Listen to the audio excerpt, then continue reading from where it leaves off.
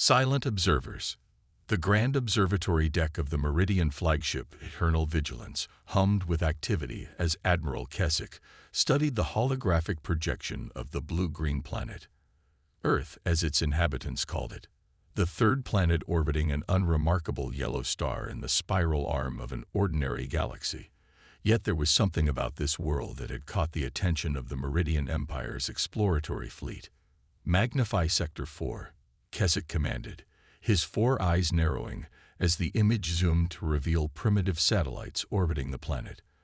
Archaic constructions of metal and silicon, using rudimentary solar panels and chemical propellants. These humans are barely beyond their planetary cradle. How long since they achieved spaceflight?" Science Officer Tilara consulted her data tablet. "Approximately 70 of their years, Admiral. Their first lunar landing was achieved using chemical rockets. They've made no significant technological leaps since then." The Admiral's secondary eyes blinked in dismissal while his primary pair remained fixed on the projection. 70 years was nothing in cosmic terms. The Meridians had been traversing the stars for millennia, their quantum-fold drives allowing them to cross vast distances in moments. These humans were still burning fossil fuels and fighting over resources. "Classification recommendation?" he asked, already knowing the answer. "Category 3 civilization." "Sir," Teller responded promptly. "Pre-galactic, technologically immature, but showing potential for eventual advancement. Recommendation is for standard observation protocols with non-interference directives." Keswick nodded, his scaled skin reflecting the blue light of Earth's hologram.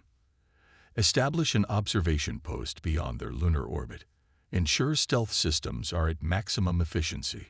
We'll monitor their development for the standard cycle before moving on."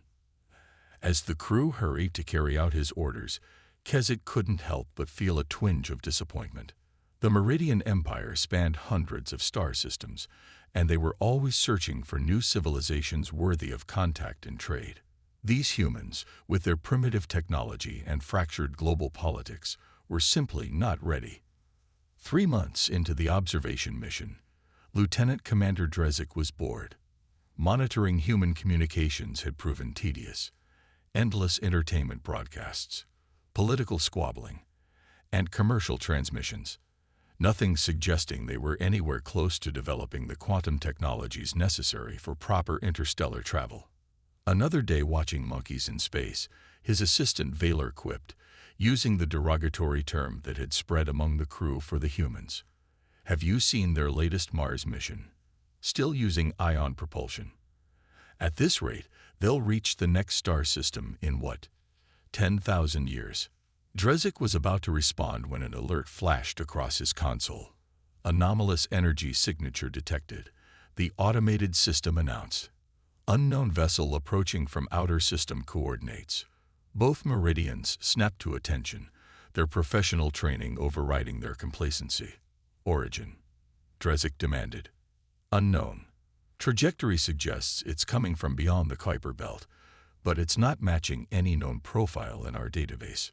Drezek's 4 hearts quickened. "Is it human?" The system took a moment to analyze. "Configuration appears consistent with human design aesthetics, but the propulsion system is unidentifiable." Intrigued, Drezek ordered, "Track it. Full sensor sweep, and alert the Admiral." The mysterious vessel moved with purpose, slipping past the gas giants and into the inner solar system with a speed that defied the primitive propulsion systems the observation team had documented from Earth. Its hull was sleek and dark, absorbing rather than reflecting light, making it nearly invisible against the backdrop of space. Only the Meridian's advanced sensors could track it reliably.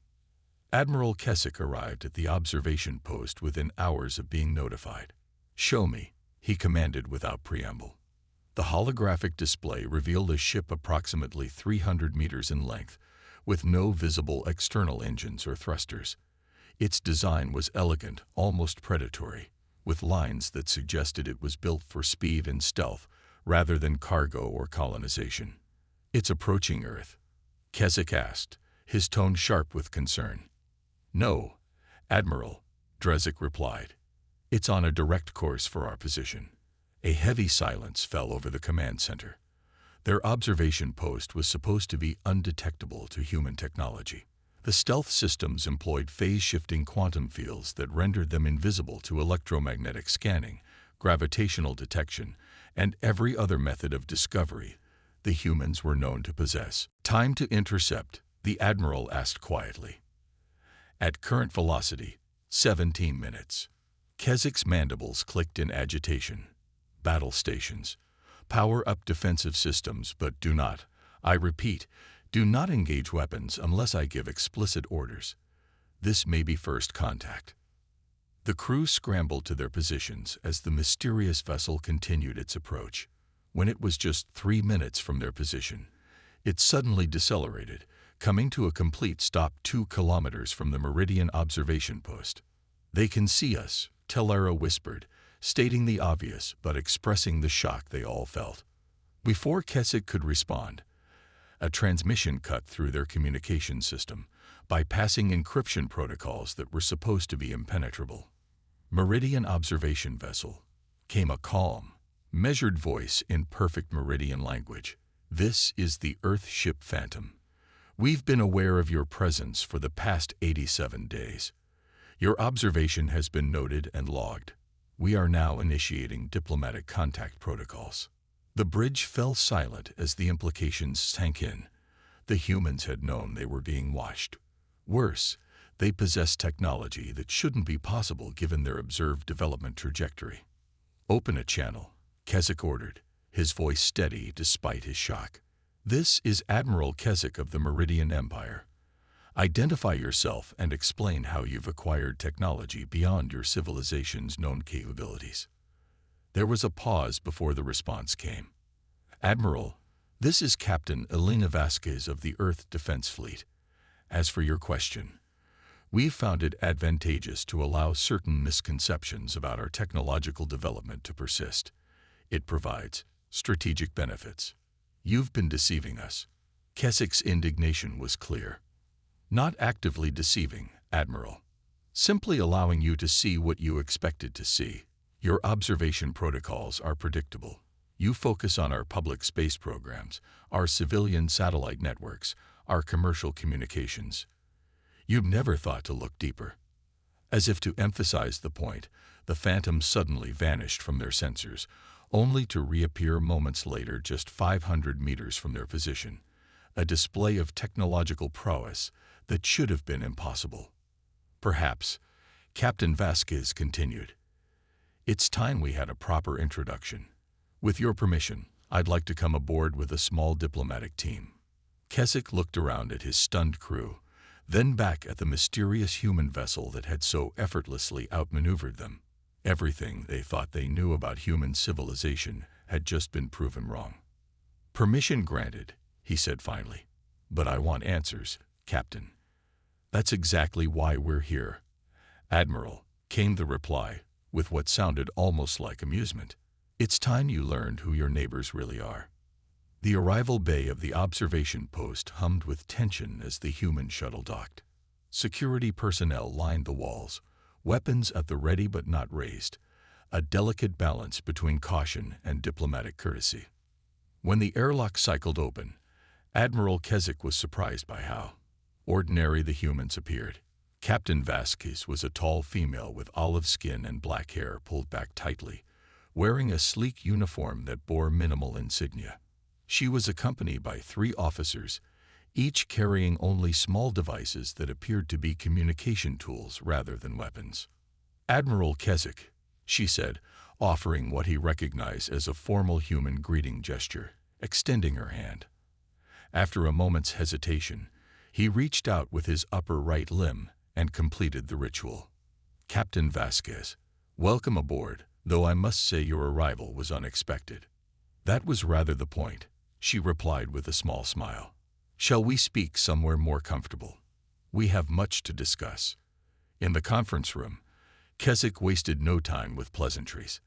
"Explain yourselves. According to all our intelligence, your species is at least a century away from developing the technology your vessel demonstrates. Captain Vasquez nodded, seemingly unsurprised by his directness. Admiral, humanity learned long ago that appearing less advanced than we actually are has significant advantages. When the first extraterrestrial probes entered our solar system 200 years ago, our leaders made a strategic decision. 200 years. Science Officer Tilara interrupted, her voice rising with disbelief. We only discovered your system 3 standard cycles ago. Those weren't Meridian probes, one of Vasquez's officers explained. We've been visited by at least 7 different spacefaring civilizations over the centuries. None stayed long. They all reached the same conclusion you did. That we were primitive, unworthy of serious attention. Kesik's 4 eyes blinked in succession, a sign of processing surprising information. You deliberately project an image of technological backwardness. We maintain 2 space programs, Vasquez confirmed.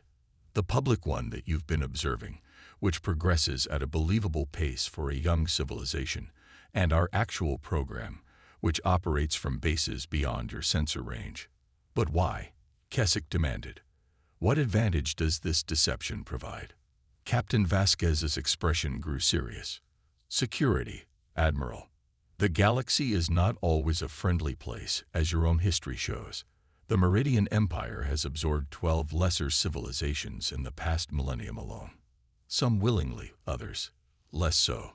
The accusation hung in the air, uncomfortable but not entirely untrue.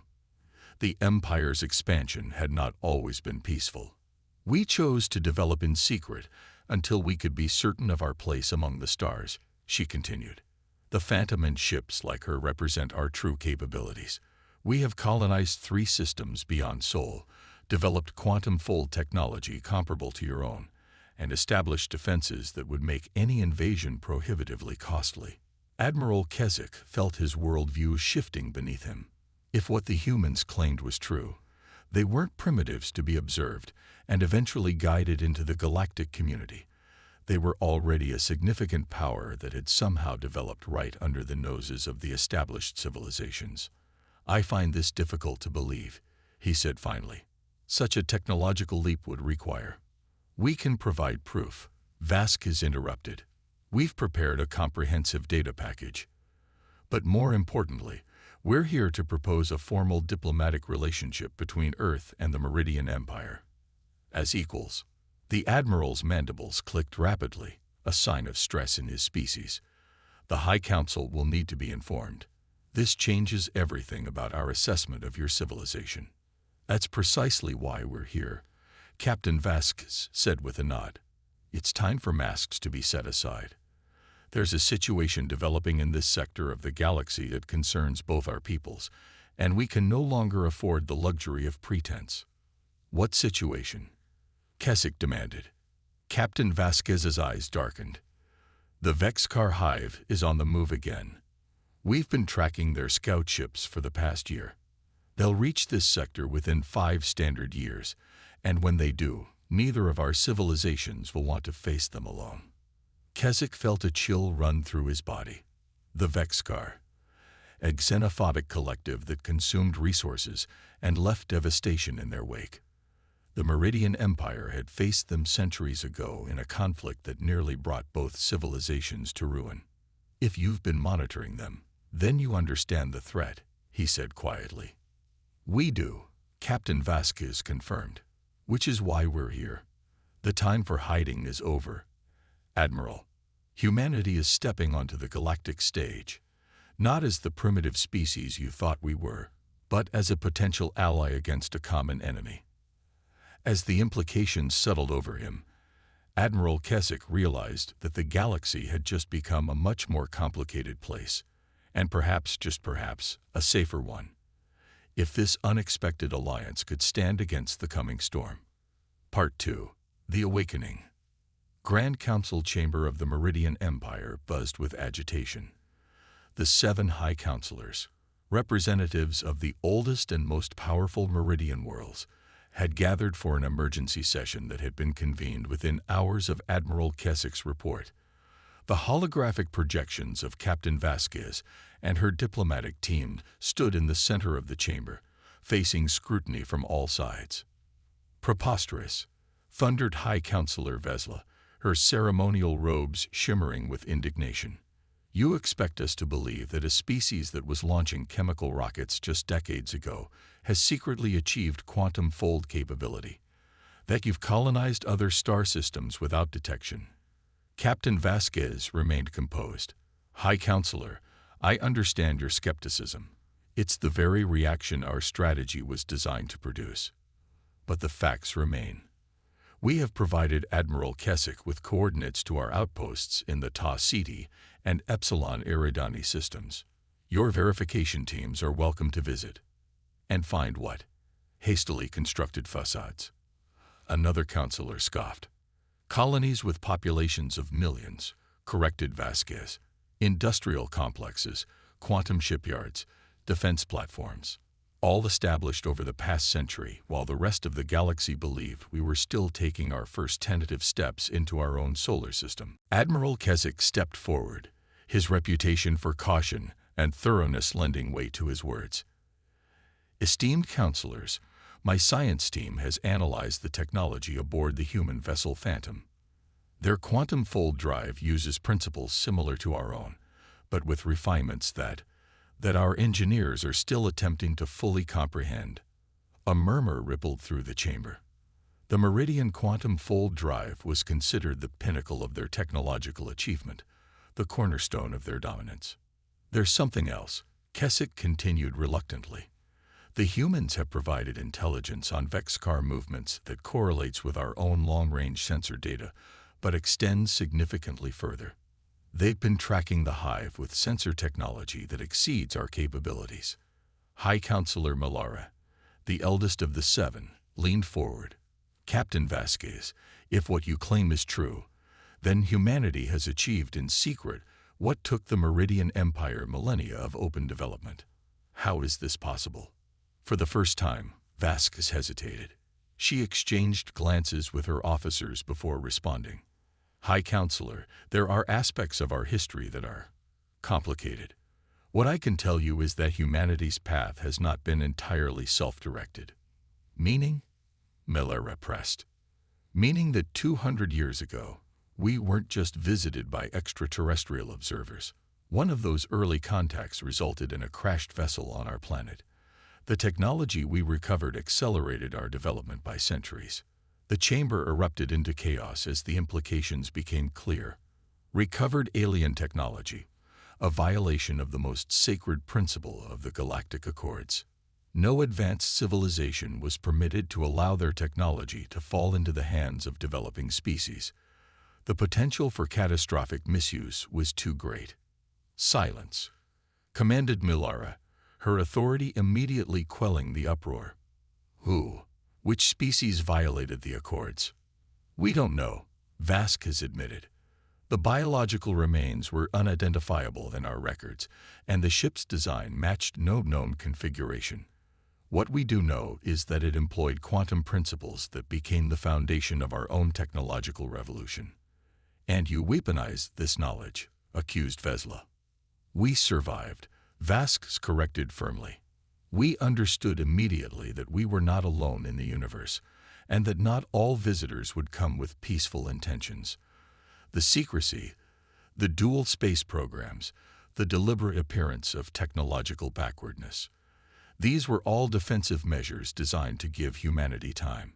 Admiral Keswick, who had been silent during this exchange, spoke up. "Counselors, while the means may be questionable, the humans' concerns were not unfounded. Our own initial assessment classified them as a Category 3 civilization, meaning they would eventually be approached for guided integration into the Empire." The euphemism wasn't lost on anyone present. Guided integration often meant cultural assimilation and eventual absorption into the Meridian sphere of influence, willing or not. "That brings us to the present situation," Vasquez continued, her tone becoming urgent. "The Vexcar threat is real and imminent. Our intelligence suggests they've developed a new form of biological weapon specifically designed to target carbon-based life forms, which includes both humans and Meridians." She gestured, and a holographic display appeared, showing the projected path of the Vexcar fleet. They've already sterilized 2 developing worlds in the Cygnus arm. We believe they're testing their new weapon before launching a full-scale offensive against established powers. High Counselor Malera studied the projection with grave concern. Our military analysts estimate we would need at least 30% more fleet capacity than we currently possess to repel such an incursion. Which is precisely why we've chosen this moment to reveal ourselves. Vasquez explained. Humanity can provide that capacity. Together, our forces would be sufficient to create a defensive line that could hold against the Vexcar advance. Convenient timing, Vesla remarked acidly. You hide until you need allies. We hide until we can be equals, Vasquez corrected.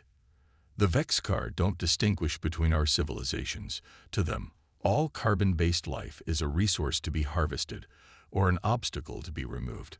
We can stand together, or we can fall separately. A tense silence fell over the chamber as the counselors exchanged glances, communicating in the subtle body language of their species.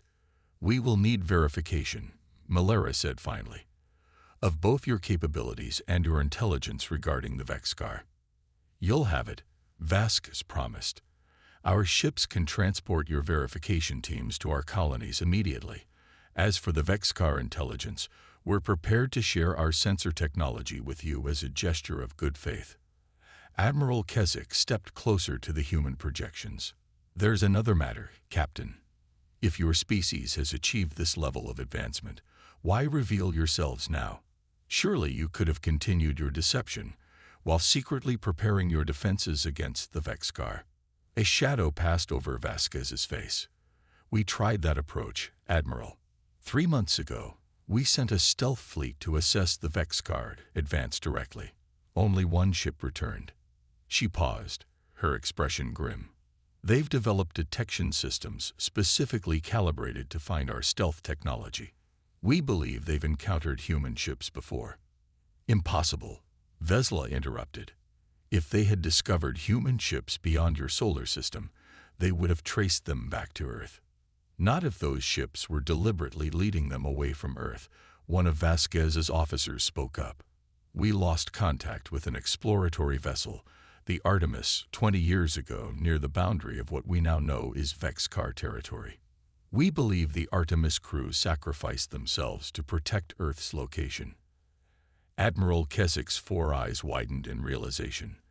They made first contact with the Vexcar, and likely became their first human test subjects, Vasquez confirmed grimly. The biological weapon they're developing appears specifically tailored to human physiology, but our scientists believe it would be equally effective against Meridian biology. The chamber fell silent as the full implications settled over the assembly. This was no longer about a deceptive human civilization or violated ancient accords. This was about survival. High Counselor Malera rose from her seat, her age-modeled scales catching the light. Captain Vasquez, the Council will need time to deliberate, but I believe I speak for my colleagues when I say that if your information proves accurate, the Meridian Empire would be receptive to a mutual defense agreement. That's all we ask, Vasquez responded with a respectful nod.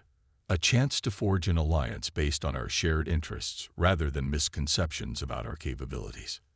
As the holographic projections faded and the Council began their private deliberations, Admiral Keswick found himself reassessing everything he thought he knew about the universe.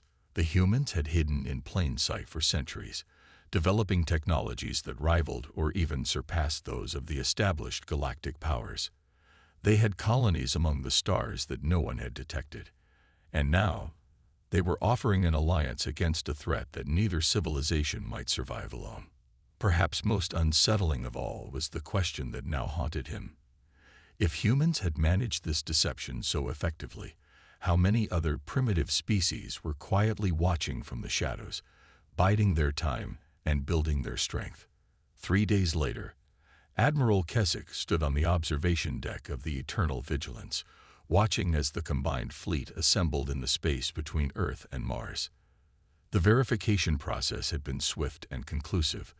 The human colonies were real, their technology formidable, and their intelligence on the Vexcar threat alarmingly accurate. It's quite a sight, isn't it? Captain Vasquez remarked, joining him at the viewport. The diplomatic negotiations had required her to remain with the Meridian flagship, but they were nearing their conclusion. Before them, sleek human vessels moved into formation alongside the more angular Meridian warships. Despite their different design philosophies, they were being integrated into a unified command structure with remarkable efficiency. I still find it difficult to reconcile the Earth I observed with this, Keswick admitted, gesturing at the impressive display of human military power. Vasquez smiled faintly. That was the point, Admiral. But deception has its costs. We've spent generations living a double life. Our public space program, struggling for funding, while our real advancements happened in secret. Many brilliant minds never knew their work was being replicated and extended beyond their imagination. A heavy burden, Keswick acknowledged. One we're glad to finally set down, she agreed. There's relief in the truth, even when it comes with new challenges. A communications officer approached, offering a data tablet to the Admiral. He reviewed it quickly, his expression shifting from surprise to resolution. The High Council has ratified the Alliance Treaty, he announced.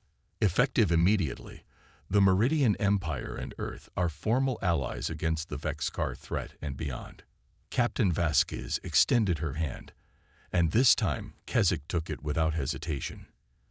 To new beginnings, Admiral, and to the end of misconceptions, he added. As they sealed their historic agreement, a new notification appeared on the Admiral's tablet. The long-range sensor network, now enhanced with human technology, had detected the first definitive signs of the Vexcar fleet's approach. They would reach the outer defense perimeter in less than a standard year. The deception was over. The true test was about to begin. But for the first time, Admiral Keswick felt something he hadn't experienced in centuries of military service. Hope. These humans, with their capacity for both deception and sacrifice, might just be the allies the galaxy needed to face the darkness that was coming. And perhaps when the Vexcar encountered the combined might of human ingenuity and Meridian power, they would learn the same lesson the Admiral had. Some things in the universe are not what they appear to be. And underestimating humanity was proving to be a very dangerous mistake.